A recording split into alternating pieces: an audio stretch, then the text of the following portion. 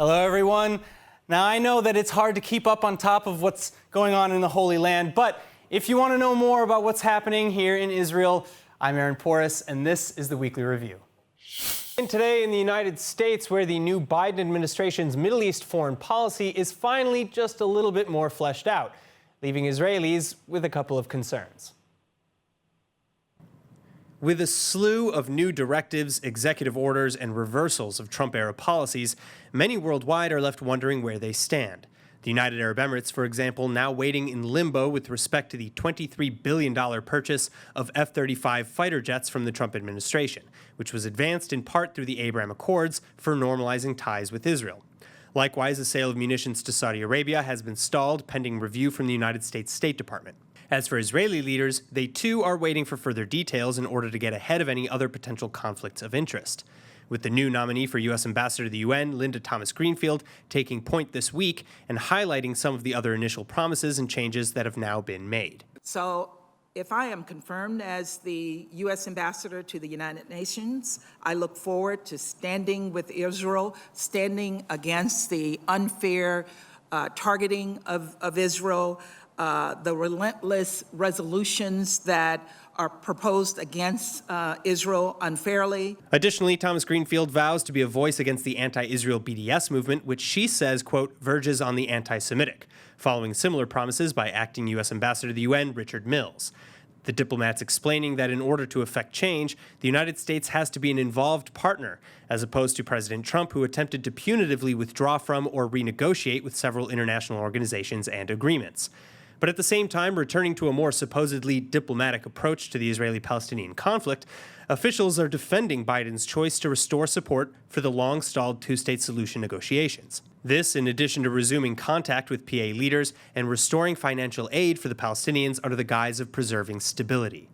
President Biden has been clear in his intent to restore U.S. assistance programs that support economic development and humanitarian aid for the Palestinian people, and to take steps to reopen diplomatic missions that were closed by the last U.S. administration. We do not view these steps as a favor to the Palestinian leadership. U.S. assistance benefits millions of ordinary Palestinians and helps to preserve a stable environment that benefits both Palestinians and Israelis. These payments were cut by the Trump administration, however, over the Palestinians' continued salary payments to convicted terrorists, as well as the fact that many of these organizations, like UNRWA, stand accused of perpetuating the conflict with biased narratives and support for Palestinian violent resistance. Meanwhile, with over a week in office, Biden has yet to even speak with Israeli Prime Minister Benjamin Netanyahu, with some claiming that the supposed snubs reflect hopes to withhold any achievements that might boost Netanyahu's chances of re-election in March, especially given the rift between Jerusalem and Washington over how to address Iran, which began between Netanyahu and the Obama White House. That said, many argue that Biden is simply following traditional policy in calling Canada, Mexico, Britain, and others first, while the new Secretary of State, Antony Blinken, has already called his Israeli counterpart, Foreign Minister Gabi Ashkenazi. Now, meantime, among the biggest concerns going forwards, of course, is Iran. But the new Biden administration's approach to Tehran, and by extension the 2015 JCPOA nuclear deal, leaves much to be desired here in Jerusalem. New Secretary of State Antony Blinken, for one, repeating claims that the United States will happily return to the deal as long as Iran returns to compliance first. Similarly, United Nations Ambassador nominee Linda Thomas-Greenfield promising to push back on Iran's nuclear aggression. We'll work and make every effort to ensure that the Iranians do not gain access to a nuclear weapon. Unfortunately, over the past 4 years, we've seen a tremendous amount of backtracking since we pulled out of the agreement. But officials in Iran are taking further steps away from the controversial nuclear deal, warning on Tuesday that the Biden administration will not have infinite time to rejoin the agreement, and that Tehran expects Washington to reverse Trump-era sanctions first. Then, meanwhile, on Wednesday, Iranian officials repeated threats to demolish Tel Aviv and Haifa should Israel make the, quote, mistake of attacking Iran or Iranian interests. Israel, on the other hand, refusing to wait and see, repeating promises to fight Iran wherever and whenever necessary. ביום השואה הבינלאומי אני גם צריך לציין עובדה מצערת. שהניסיונות להכחיד מיליוני יהודים לא נעלמו מהעולם. איראן מובילה בריש גלי את הניסיון הזה, והמדיניות שאני מוביל היא ברורה. אנחנו לא נאפשר לאיראן להתחמש בנשק גרעיני. אני אומר את זה לידידים ולאויבים כאחד. זו המשימה העליונה שלנו, לשמור על החיים כאן, לשמור על החיים של המדינה שלנו. אנחנו נגן על עצמנו בכל דרך ובהצלחה. Moving on, Israeli government ministers meeting again this week to discuss another extension to the current coronavirus lockdowns. Chana Rifkin with the details. The number of coronavirus hospitalizations in Israel showing some signs of slowing, but not quickly enough, as more and more patients appear infected with the more contagious UK mutation of COVID-19. And particularly amongst the ultra-Orthodox community, which continues to clash with government authorities over lockdown restrictions. The new number of active infections now at nearly 75,000, at least 1,178 in serious condition, and the death toll likewise climbing by several dozen overnight to 4,612. Authorities warning then that lockdowns must be extended by at least another week, in addition to stiffening fines and closing all border crossings into the country effective 6 a.m. this morning. It's just a question of time before we hit a strain that the current vaccines are not susceptible to it. And because of that, the risk that that would happen, I shut down the airports. I'm the first country in the world to totally shut down commercial flights. Totally. No commercial flights. Nothing. If we have emergency flights, we have the Air Force or private carriers, but the idea of, and I'm shutting the land borders too. I'm just shutting it down because, what's the point? All the mutations that you see today, the South African, the British, the Brazilian, and so on, that's already you're 2 weeks too late. They've already gone. And the new ones you wouldn't know about for another several weeks or whatever. So I've shut down the borders too, because I can do something that other countries, I think, would like to do too. They might be able to do it. And that is to inoculate millions of people in the time that I close the country and try to win the race between mutation and vaccination. And Netanyahu later going on to explain to the Israeli public what they can expect from the coming weeks. אני מצפה גם בנושא הזה וגם ביציאה ההדרגתית מהסגר, שתיקח לנו קצת זמן, אבל אנחנו נפתח את הכלכלה. לצורך זה אנחנו גם מביאים תוכנית כלכלית לעזור גם לעסקים וגם לאזרחים. אני מצפה מכולם לשים את הפוליטיקה בצד ולהתגייס כאיש אחד. Shocking scenes from ultra-Orthodox communities in Israel recorded overnight as police and protesters met each other with force in the streets. Israeli police and ultra-Orthodox residents in at least 3 cities across the country clashing again on Monday. This in the latest from the conflict between Israel's government and the Haredi community over enforcement of coronavirus closures in schools, synagogues, and crowded events. And the violence increasing dramatically. Several rioters being arrested opposite police who are reporting several injuries. Police also using stun grenades, mace, and other crowd control measures to clear away the mobs, with one officer even firing into the air after being surrounded and allegedly jabbed with a blunt object. Rioters and demonstrators in Bnei Brak, for their part, launching fireworks at police, lighting dumpsters on fire in the middle of major roadways, and attacking police with rocks, bottles, and debris. Even members of the press were targeted and forcibly ejected from the scene as they sought shelter from the pummeling from nearby store owners. But most alarmingly, 2 buses were attacked. In the first instance, protesters throwing rocks at and commandeering a bus before leaving it badly damaged. The driver thankfully escaping, though. In the second instance overnight, the driver was not so lucky. A small mob allegedly pulling him out and beating him before setting his bus on fire. That said, residents claiming to have witnessed the bus attacks allege that the suspects had come from out of town. And while several suspects have been arrested in connection, police have not identified who they are or where they're from. זה לא החרדים עשו. זה קבוצה של נערי שוליים שהגיעו מחוץ לעיר. אני גר פה למעלה. As for the riots in Ashdod and in Jerusalem, massive mobs of ultra-Orthodox protesters with too few masks between them vandalized parts of the city's light rail system and tore down public property as they pressured security forces. Far from condemning the violent protests, however, ultra-Orthodox members of government are seemingly stoking the fire. Bnei Brak Mayor Abraham Rubinstein, for one, blaming the police for the clashes and accusing them of engaging in collective punishment. Then United Toward Judaism Knesset ministers Yaakov Litzman and Moshe Gafni similarly are calling the police's behavior inconceivable. Public Security Minister Amir Ohana and Prime Minister Netanyahu are rebuking the critics, though, saying a heavy hand will be brought against all lawbreakers, first and foremost against those who attack police. On Tuesday, a knife attack was thwarted at an IDF checkpoint near the West Bank city of Ariel. According to eyewitness accounts, the attacker targeted a female soldier who ducked from the knife and hit the assailant with her weapon as another soldier nearby neutralized the threat, shooting the suspect. As it turns out, the young soldier who was first targeted is a lone soldier from the UK. Listen to her speak about the incident. Today, during my guarding duty with my commander, a terrorist attacked us.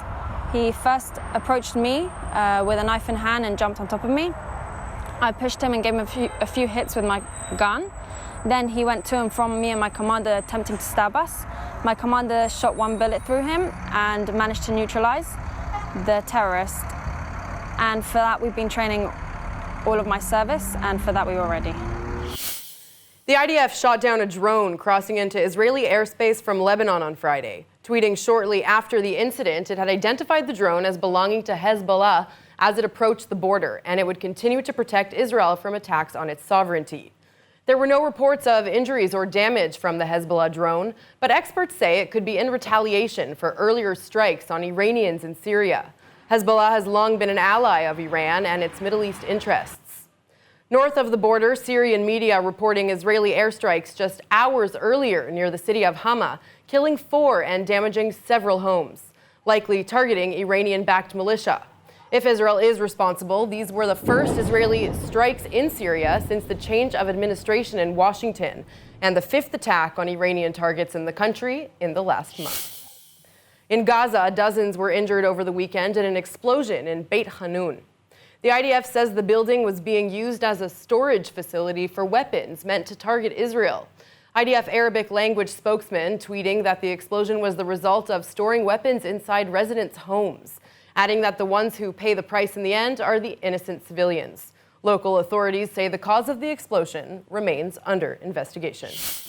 Israel's mission to Morocco reopened this week after 20 years of being shut.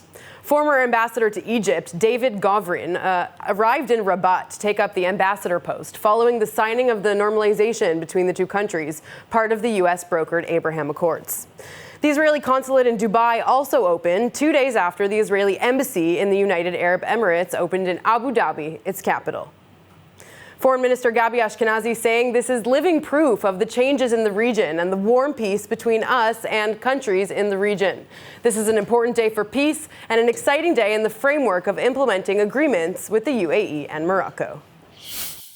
Security officials in Israel say its homemade missile defense system, the Iron Dome, will soon be deployed at U.S. military bases in several Gulf states. The development comes on the heels of the Abraham Accords normalization deal between Israel and 2 major Gulf countries, the UAE and Bahrain, which included arms deals. The system was delivered to the U.S. 3 weeks ago by Israel, with officials now confirming it will be deployed to the Gulf, without revealing the exact locations due to the sensitivity of the deal. Well, with a new man and woman in the White House, here in the Middle East, curiosity has skyrocketed over what the policies of the new administration will be, especially when it comes to the Israeli-Palestinian conflict. According to acting U.S. Ambassador to the United Nations, Richard Mills, Biden's White House supports a 2-state solution and restoration of communication with the Palestinians. Under the new administration, the policy of the United States will be to support a mutually agreed 2-state solution, in which Israel lives in peace and security alongside a viable Palestinian state. In order to advance these objectives, the Biden administration will restore credible U.S. engagement with Palestinians as well as Israelis. This will involve renewing U.S. relations with the Palestinian leadership and Palestinian people, relations which have atrophied over the last 4 years.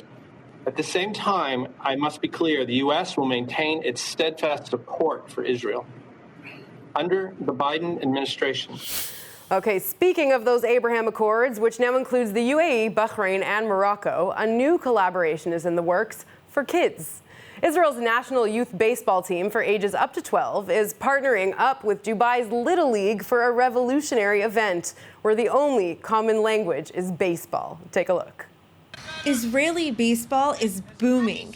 Young Israeli kids in towns, cities, and even in Arab villages are falling in love with the game, carrying on America's favorite pastime to a new generation and a new continent. But now even more exciting is a partnership between a Little League team in Israel and its counterpart in Dubai. I fell in love with baseball when I was about 6 or 7 when I went to a Yankee game. And it's a great honor to play for Israel wearing blue and white. And I can't wait to meet new kids from a different culture. And meeting their friends in jerseys and more is set to happen in the near future. These 12-year-old kids behind me are going to Dubai for the first time in the history of Israel. We're sending a baseball team, a national team, to Dubai to play sports there, to play baseball there. Together with our Olympic team that is qualified for the first time for the Olympics in July in Tokyo, we're going to be making history. And their ultimate dream? Inspiring unity through the love of baseball across the region. His Excellency, Saeed Mohammed Hareb, Dubai Sports Council Secretary General, stating, "I cannot think of anything better than to have children represent the bright future that we look forward to growing together." National teams of both countries are set to compete in an event appropriately called the Unity Cup in the coming fall of 2021. Little League teams from other Gulf countries are invited to participate as well. Chana Rifkin, ILTV. And now, assuming this pandemic has an end, many are going to want to travel as soon as it does, myself, for example. Of course, before heading abroad, you need to consider a good travel plan for your phone, and options are typically not great. So make sure to check out the upgrade, now on offer through Israeli company Simtex. And here to tell us all about it is Simtex's commercial manager, Yoav Tamir. Yoav, thank you so much for being with us today.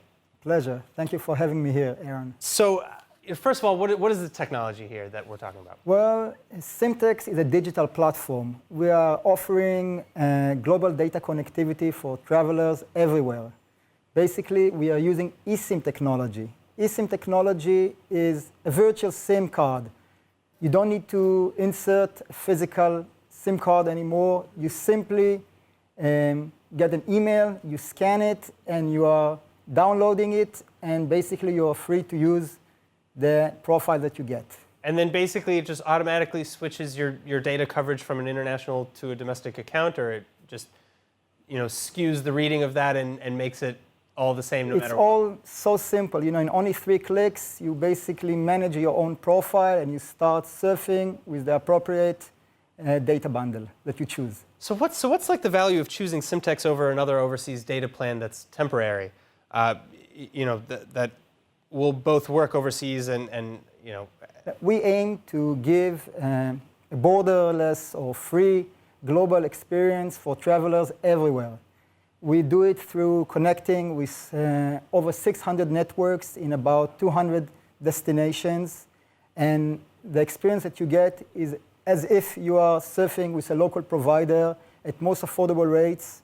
For example, in the US, we offer very large data bundles from AT&T and T-Mobile for less than $30. Wow, that's cheaper than most American plans, actually. I would hope so, yeah. So this is practically international coverage worldwide. Definitely. Wow. All right. So what does I see here Simtex Cockpit? What does that provide exactly? How is that different from the normal plan that you have? Well, Simtex Cockpit is a dedicated product that we are basically developing today or in the last few months that is designated for the corporate market. It provides a self-service experience for corporates that they can control, manage in a very cost-effective and a friendly way all their employees' expenses, and that's basically the news. So, all right, now you're an international travel assistance company, essentially, or a tech company that works with international traveling. How has your company been working with coronavirus? Well, coronavirus broke out, or the pandemic broke out in March. We came out with our first product back in February, only a few weeks before the pandemic. That was a major setback, and basically it took us a few weeks to gather up our strength and focus, and we have done our research and took this as an opportunity to research, and we are we believe that the travel market would be first be picked up, it would boom. You know, like yourself, many people are really eager to travel, and we believe that the business sector would be the first one to flourish. So what exactly are your plans for the future with Simtex then? Well, with the vaccines started circling around, we see the light at the end of the tunnel. We are very happy to announce that we have signed with few leading companies from Abu Dhabi, from Japan, from France. And this is great news for the company, offering services for the private market. We are planning now our seed round funding through PeopleBiz, a crowdfunding platform, in order to further develop the Simtex cockpit product. We will launch it and we'll start a pilot with few leading companies in order to revolutionize the telecom market for travelers. All right, well, I think I made mention already that I'm planning to travel as soon as we can, go visit family and friends abroad. You guys at Simtex will definitely be hearing from me. Yoav, thank you so much for coming. Thank you so much for having me here. Thank you. Over the last few months, as Israelis bunker down in their homes, a special wild animal has been seen on several occasions strolling through populated areas. In honor of this week's sighting in the southern city of Mitzpeh Ramon, here are some interesting facts about the Nubian Ibex. Ibex are native to North Africa and the Middle East, which is why they're constantly spotted in Israel. They're related to antelopes, buffalo, bison, cattle, goats, and sheep.